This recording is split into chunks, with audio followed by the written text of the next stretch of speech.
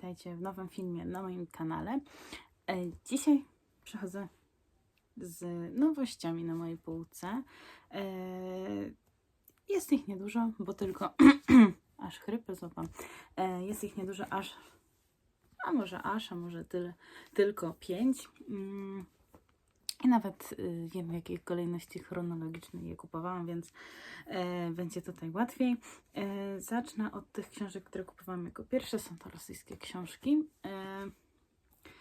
I pierwsza to jest Bezwłosny wieniec, książka Jamesa Rollinsa. Nie wiem, czy o niej nie mówiłam już gdzieś, ale nie jestem pewna.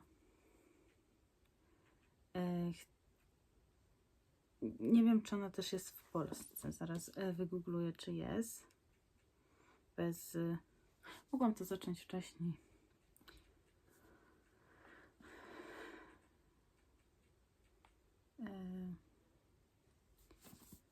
Bo generalnie to jest część pierwsza z jakiejś serii w Anglii, Ameryce. Wyszła już druga, natomiast ja mam tylko pierwszy tom na razie, bo w Rosji tylko pierwszy. To jest Bezwłosny wieniec, to jest bezgwiezdna korona jakby po polsku, tylko właśnie nie widzę, czy jest tłumaczenie. W sensie, czy w Polsce mamy tę książkę.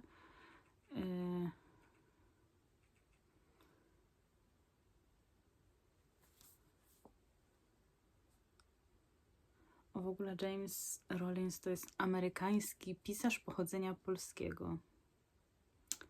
Ciekawe. Mam kilka jego książek, natomiast jeszcze żadnej nie przeczytałam, więc czas to zmienić.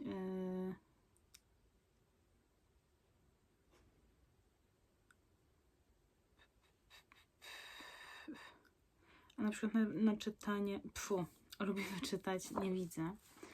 Nie widzę właśnie żadnej z tej serii. To jest książka po angielsku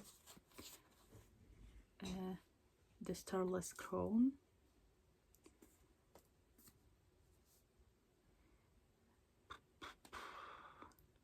Nie widzę jej po polsku.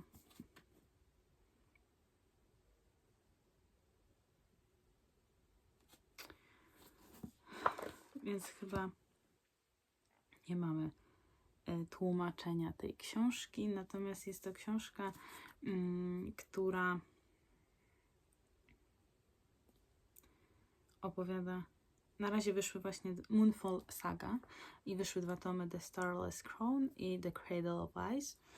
Ja na razie mam tylko ten pierwszy tom, jak mi się spodoba, to będę polować na kolejne.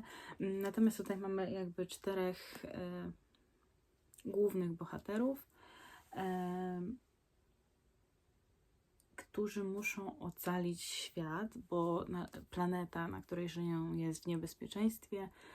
No i właśnie tylko ten jakby alians 4 może ocalić cały świat. Podoba mi się to, że nawet tutaj są jakieś obrazki, bo mi migają.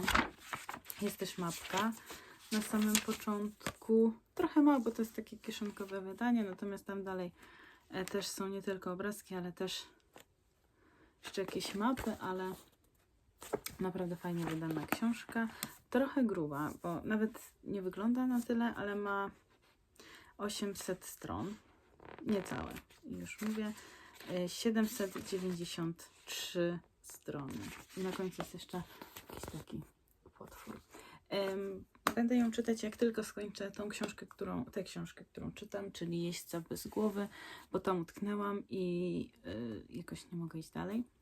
A znowu te rosyjskie książki wprowadzają mnie w taki jakby ala zastój czytelniczy, bo ja czytam inne książki, a tych rosyjskich nie czytam, więc czas to zmienić. Chyba dzisiaj przysiądę sobie trochę do Jeźdźca bez głowy, bo tam ta książka też jest dosyć gruba, bo ma też około 700 stron, więc taki grubasek, ale podoba mi się.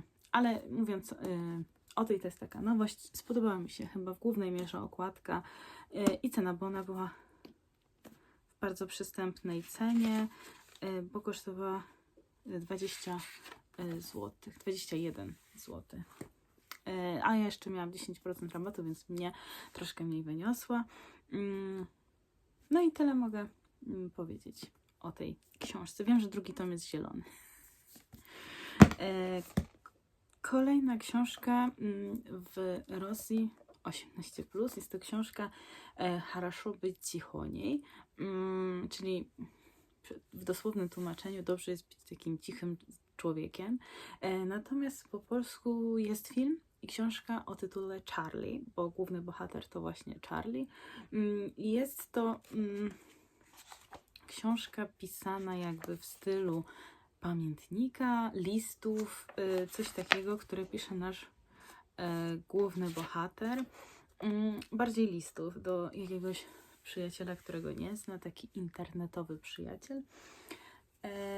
Za nią zapłaciłam 2 dyszki, więc uważam, że fajnie jak na zagraniczny tytuł, w sensie obcojęzyczną książkę w innym języku. No i mamy tutaj właśnie Charliego, który jest takim nowym studentem, nowym uczniem w szkole. No i pisze właśnie listy do swojego przyjaciela, którego poznał chyba w internecie. No i on też tutaj dużo czyta książek, które podsuwa mu jakby nauczyciel, który go uczy, i czyta właśnie takie amerykańskie klasyki w dużej ilości. Więc jestem ciekawa tej książki, na pewno przeczytam. Będzie się szybko czytało, bo ma niecałe ponad 300 stron, 313, 14, ale ma bardzo duże literki, bo tak jak tutaj to dość małe, ale przyjemnie się czyta, tak tutaj jest to dość duża książka. Wiem, że teraz właśnie na rosyjskim Bookstagramie robi ta książka furorę. Nie spodziewałam się, że ją tutaj znajdę. Takie miałam miłe zaskoczenie, że jest. I od razu po nią sięgnęłam, chwyciłam ją i chciałam. Myślę, że przez to też, że to są listy, to te jakby ala rozdziały będzie się szybko czytać i po prostu przejdę przez tę książkę w jeden wieczór. O ile nie wprowadzę się znowu w jakiś stan takiego zastoju, którego nie lubię. Także taka druga książka.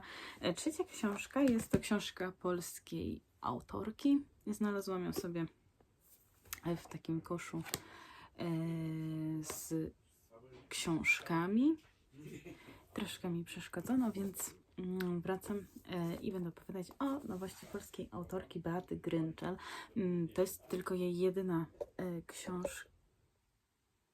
Chciałam poprawić ekran i chyba źle zrobiłam. Dobra, nieważne. To jest jedyna książka tej autorki, przynajmniej na Lubimy Czytać. Taka jest informacja. Jest to fantastyka. Dosyć ciekawa książka. Ja w ogóle myślałam, że film powstał na podstawie tej okładki. W sensie, patrząc na te okładki, książka nazywa się Podróż z Doliny Harshdale. I w sumie trochę podobny motyw jak w książce Jamesa Rollinsa. Ta wyszła zdecydowanie wcześniej, bo tutaj też mamy do czynienia z 4 bohaterami. Mamy tutaj Galandira Fejdira. Ciężkie są imiona, więc przeczytam je tutaj, że Galandir Fejdir jako mały chłopiec stracił matkę i ojca. Nad grobami rodziców przyrzekł, że gdy dorośnie, zemści się na mordercach. Drugi bohater, Kulci Trevedik, jako dziecko została porzucona przez rodziców na jednej ze kabarckich ulic. Dziewczynka szybko musiała się nauczyć, że wybór jest jeden, życie jej albo spotkanych w rynsztoku rzezimieszków. Trzeci bohater, Adi Kadan, jest obiecującym młodym czarodziejem, jednak jego rodzina sprzeciwia się, by chłopak zajmował się tak dziwaczną profesją. Talianna jest elfią tropicielką, której oddział zostaje napadnięty i wyrżnięty przez bandę hobgoblinów, a ona sama trafia do niewoli. Dalej tutaj mam, że drogi Galandira, Kulci, Adiego, Talianny krzyżują się w karczmie Doliny Harshdale. Każdy z tej 4 szuka sposobu na uporanie się z wydarzeniami z przeszłości, które wywróciły ich życie do góry nogami. Razem rozpoczynają podróż, która rozprowadzi ich w wiele tajemniczych, a jednocześnie niebezpiecznych miejsc. Ale czy wspólna wędrówka była właściwą decyzją? Podróż dopiero się rozpoczęła. Ja mam wrażenie, że ta książka odbiła się zbyt małym echem, by powstały kolejne części, ale że to jest właśnie taki pierwszy tom jakiejś serii, która miała powstać. Przynajmniej tak po opisie mam wrażenie.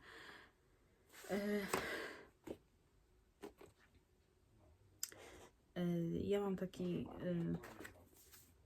nie wiem jak to nazwać, taki rytuał trochę, że zazwyczaj jak kupuję nową książkę, to czytam ostatnie zdanie. Nie jest mi dane dzisiaj nagrać tego filmu.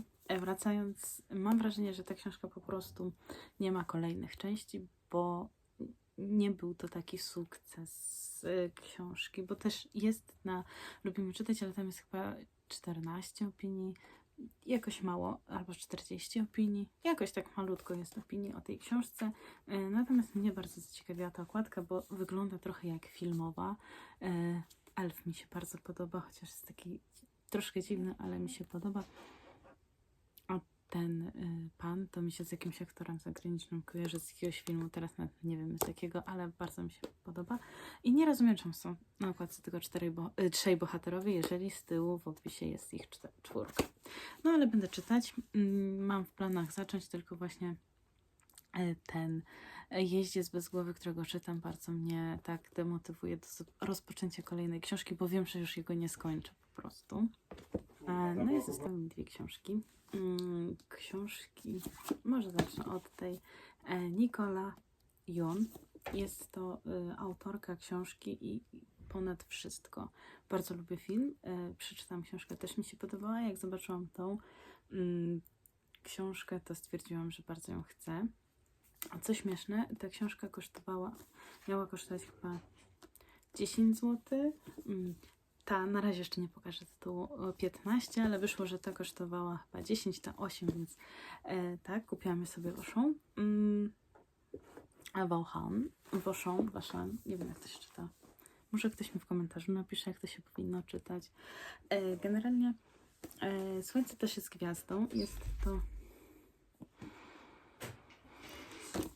książka, nie wiem jeszcze dokładnie o czym opowiada, ale przeczytam opis. Natasza pochodzi z Jamajki, od 8 roku życia mieszka w Nowym Jorku. Tu ma swoje życie, chłopaka, przyjaciół, ale jej rodzina przebywa w USA nielegalnie i w ciągu doby zostanie deportowana.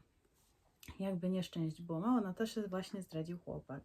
Przyszłość wisi w czarnych barwach i wtedy zrządzenie losu, a może przeznaczenia stawia na jej drodze Daniela.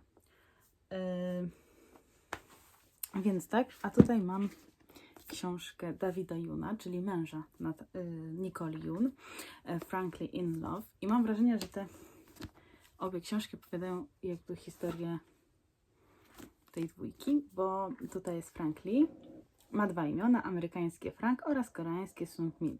Urodził się i dorastał w Kalifornii, w języku przodków zna zaledwie kilka słów, mimo to jego rodzice oczekują, że zwiąże się z miłą Koreanką, ale Frank spotyka się z Brit Mans, dziewczyną swoich marzeń. Brit jest urocza, zabawna i inteligentna, ale nie jest Koreanką. Rodzice Franka wiele poświęcili, żeby mógł dorastać w kraju nieograniczonych możliwości, jednak ich tradycyjna postawa nie pozwala mu być zwyczajnym amerykańskim nastolatkiem. Zdesperowany chłopak zrobi wszystko, by rodzice nie dowiedzieli się o randkach z Brit. Zwraca się o pomoc do córki przyjaciół rodziny Joy Song. Mam wrażenie właśnie, że tutaj David Yoon pisał trochę ze swojej perspektywy historię miłosną z Nicolą Yoon. Nawet tutaj w tym wpisie o autorze jest, że książka Nicoli Yoon, Słońce też jest gwiazdą, zawiera wiele wątków z biografii męża. Także ona na pewno pisała o nim, ale czy Dawid pisał o swojej żonie, to tego nie wiem, bo nie ma nigdzie napisane. Natomiast planuję nagrać o tych dwóch książkach film wspólny, żeby powiedzieć właśnie o podobieństwach w tych dwóch książkach i tak fajnie będzie taki małżeński film nagrać. Także to by było te 5 książek, które dzisiaj pokazałam, czyli Bezgwiezdny wieniec, Bezgwiezdna korona, Хорошо быть тихоней, czyli książka Charlie, Podróż z Doliny Harshadow, Frankly in Love i Słońce też jest gwiazdą. Także na pewno niedługo na moim kanale czy na Instagramie będzie właśnie mówione o tych książkach, bo planuję je przeczytać w najbliższym czasie. Jak tylko poram się z Jeźdźcem bez głowy i książką, którą słucham, Geek Friend 2. No, także to by było na tyle. Dzięki za obejrzenie tego filmu. Do zobaczenia w kolejnych.